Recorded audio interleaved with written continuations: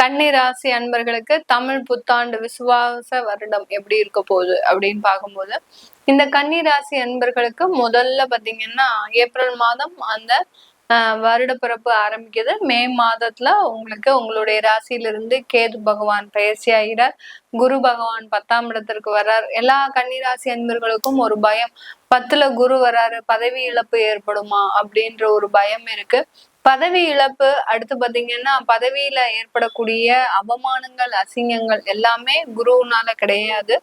அந்த 10ஆம் இடத்துல இருக்கக்கூடிய அந்த குருவுனால கிடையாது. உங்களுடைய தசாபுத்தியும் அதுல முக்கியமா வேலை செய்யும். இந்த கோச்சார கிரகங்கள் தற்காலிகமான ஒரு பணிகளை மட்டுமே செய்து உங்களுடைய தசாபுத்தி தான் அந்த ஒரு இரு காளை மாடுகளாக இந்த கோச்சார கிரகங்களை இயக்கக்கூடிய ஒரு கிரகங்களாக இருக்கு. அதனால அந்த தசாபுத்தி என்ன சொல்லுதோ அதை தான் இந்த கோச்சார கிரகங்கள் கேட்கும். நான் 10ஆம் இடத்துல இருக்கிறேன், அதனால அவருக்கு வேலையை விட்டு எடுத்துரு அப்படின்னு சொல்லுமா? அப்படிலாம் கிடையாது. உங்களுடைய தசாபுத்திகள் தான் என்ன இருக்க போதோ அதை சொல்லுது. முதல்ல இந்த ராசி பலன், கன்னி ராசிக்கு உண்டான பலன் அப்படின்னு சொல்லும் போதே பாத்தீங்கன்னா உங்களுடைய மனநிலையை குறிக்கக்கூடிய ஒரு பலனாக தான் இருக்கும்.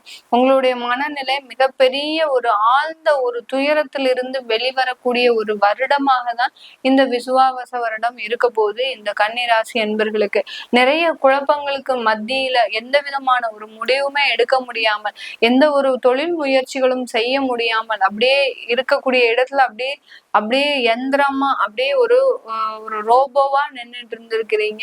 இனிமேதான் உங்களுடைய வாழ்க்கையை நகலக்கூடிய ஒரு நேரமாக தான் இந்த கன்னி ராசி அன்பர்களுக்கு இந்த தமிழ் புத்தாண்டு இருக்க போகுது. கன்னி ராசியில இருக்கக்கூடிய அந்த உத்திரம் நட்சத்திர அன்பர்களுக்கு இந்த காலகட்டத்துல இந்த தமிழ் புத்தாண்டுல ஒரு மிகப்பெரிய ஒரு மாற்றங்கள், குடும்பம் சம்பந்தமான பிரிந்த குடும்பங்கள். ஏன்னா இந்த கன்னி ராசியில இருக்கக்கூடிய இந்த உத்திரம் நட்சத்திர அன்பர்கள் பாத்தீங்கன்னா சூரியன், சந்திரன், செவ்வாய், ராகு, இந்த ராகு திசையில பாத்தீங்கன்னா கிடைக்காத நன்மைகளும் கிடையாது, கிடைக்காத இழப்புகளும் கிடையாது. அந்த அளவிற்கு இந்த உத்திரம் நட்சத்திர அன்பர்கள் மிகப்பெரிய அளவுக்கு அந்த குடும்பத்தை இழந்து, குடும்பத்துல இருக்கக்கூடிய பிரச்சனைகள் அதிகரிச்சு, அந்த பிரச்சனைகள்னால டைவர்ஸ், அந்த குழந்தைகளை எங்க பராமரிக்கிறது தெரியாம அந்த குழந்தைகள் படும் பாடு, இப்படி அளவுக்கு அதிகமான ஒரு குடும்பம் சம்பந்தமான பிரச்சனைகளை இந்த ராகு திசையில சம்பாதிச்சிட்டு இருந்திருப்பீங்க. அடுத்து இந்த குரு தசை நடந்துட்டு இருக்கு உங்களுக்கு அப்படின்னா, இந்த குரு தசையில வேலை சம்பந்தமான இழப்புகள் அதிகமாக இருந்திருக்கும். இந்த உத்திரம் நட்சத்திர அன்பர்களுக்கு நிறைய பேர் வீடு கட்டணும்னு ஆசைப்பட்டு அந்த வீடு கட்டுவதற்குண்டான முயற்சிகளிலும் பல தோல்விகளை சந்திச்சிருப்பீங்க.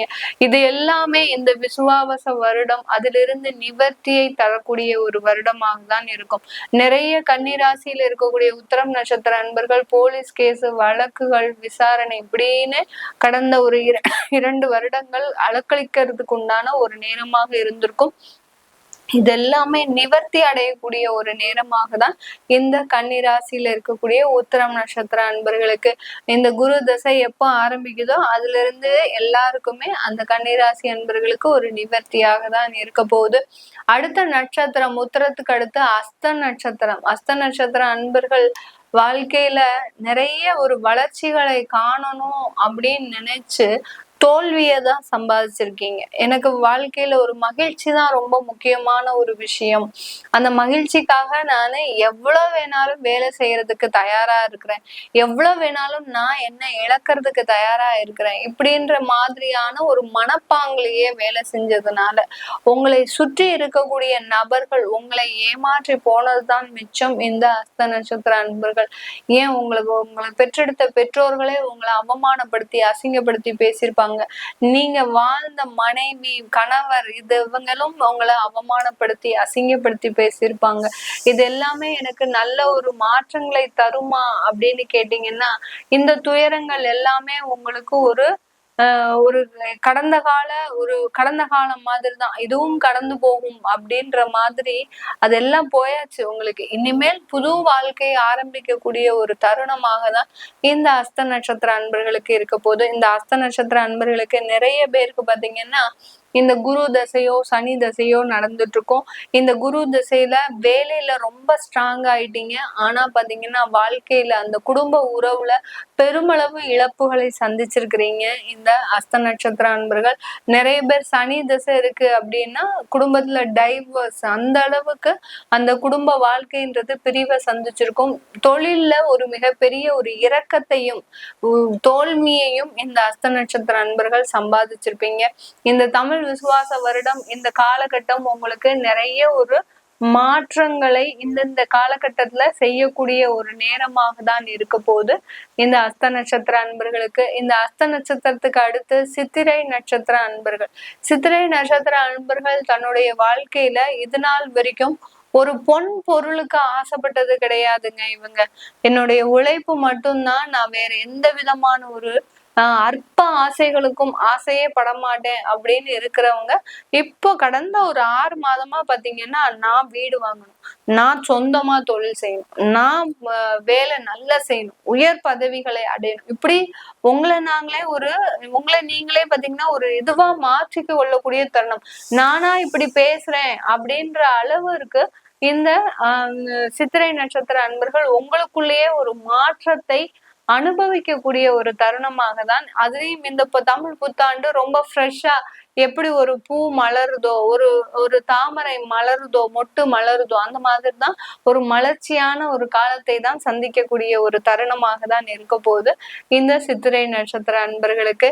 இந்த காலகட்டம் உங்ககிட்ட இருக்கக்கூடிய கடன்கள் எல்லாமே விலக போகுது. நிறைய சித்திரை நட்சத்திர அன்பர்கள் கடன்னால கோர்ட்டு கேஸு அப்படின்ற மாதிரியான வழிவகைக்கெல்லாம் போயிட்டீங்க. நீங்க செய்யாத தவறுக்கு தண்டனையும் அனுபவிச்சுட்டு இருக்கிறீங்க சித்திரை நட்சத்திர அன்பர்கள். இதுல இருந்தெல்லாம் வெளியில வரக்கூடிய ஒரு டைமா தான் இந்த கன்னி ராசியில இருக்கக்கூடிய சித்திரை நட்சத்திர அன்பர்களுக்கு இந்த தமிழ் விசுவாச வருடம் அமைய போகுது. இந்த காலகட்டம் கன்னி ராசி அன்பர்களுக்கு வேலையில, திருமண வாழ்க்கையில, அடுத்து பாத்தீங்கன்னா அவங்களுடைய சொந்த தொழில்ல, இதுல மூன்றையுமே நல்ல வளர்ச்சிங்க.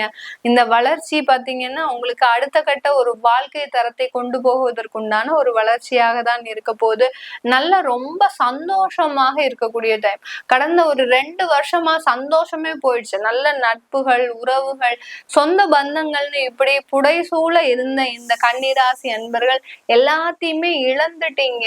நட்புகள் இல்ல, உறவுகள் இல்ல, சொந்த பந்தங்கள் இல்ல, இப்படி எல்லாத்தையுமே இழந்து இருக்கக்கூடிய இந்த கன்னிராசி என்பர்களுக்கு மீண்டும் அவை எல்லாமே சேரக்கூடிய ஒரு நேரமாக இருக்கும். ஒரு 10 வயசு 15 வயசு ஒரு பையனை போய் எடுத்துக்கிட்டீங்க, ஒரு குழந்தைய போய் எடுத்துக்கிட்டீங்கன்னா, என்னுடைய ஃப்ரெண்ட்ஸ் எல்லாரும் என்கிட்ட கான்டாக்ட்ஸ்லயே இல்ல அப்படின்னு தான் சொல்லுவாங்க 2 வருடங்களாக. மீண்டும் அந்த நண்பர்கள் எல்லாமே மீண்டும் சேர்வதற்கான ஒரு டைம் தான் இந்த தமிழ் புத்தாண்டு இந்த கன்னிராசி என்பர்களுக்கு. வெளிநாட்டு முயற்சிகள்ல நல்ல ஒரு முன்னேற்றம், வெளிநாட்டுல நல்ல தொழில் செய்யக்கூடிய ஒரு யோகம், வெளிநாட்டுல வேலையில நல்ல பதவி உயர்வு, வருமானம் எல்லாமே அடையக்கூடிய ஒரு தருணமாக தான் இருக்க போகுது இந்த கன்னிராசி என்பர்களுக்கு. இது எல்லாமே நம்ம கோச்சார நிலவரப்படி பலன்களை சொல்லிட்டு வந்துட்டு இருக்கிறோம். உங்களுடைய தசாபுத்தி, நான் இங்க சொன்ன தசாபுத்தி எல்லாமே ரஃபா தான் சொல்லியிருப்பேன். ரொம்ப அக்யூரேட்டா உங்களுடைய சுயஜாதக தசாபுத்தி பலனை தெரிஞ்சுக்கணும் விருப்பப்படுறவங்க கீழே இருக்கிற நம்பருக்கு வாட்ஸ்அப்ல அப்பாயின்மெண்ட் வாங்கிக்கிட்டு நீங்க என்கிட்ட கன்சல்ட் பண்ணிக்கலாம். எல்லோருக்கும் இனிய தமிழ் புத்தாண்டு நல்வாழ்த்துக்கள். உங்களிடமிருந்து விடைபெறுவது உங்கள் ஆஸ்ட்ரோ பூர்ணா. நன்றி, வணக்கம்.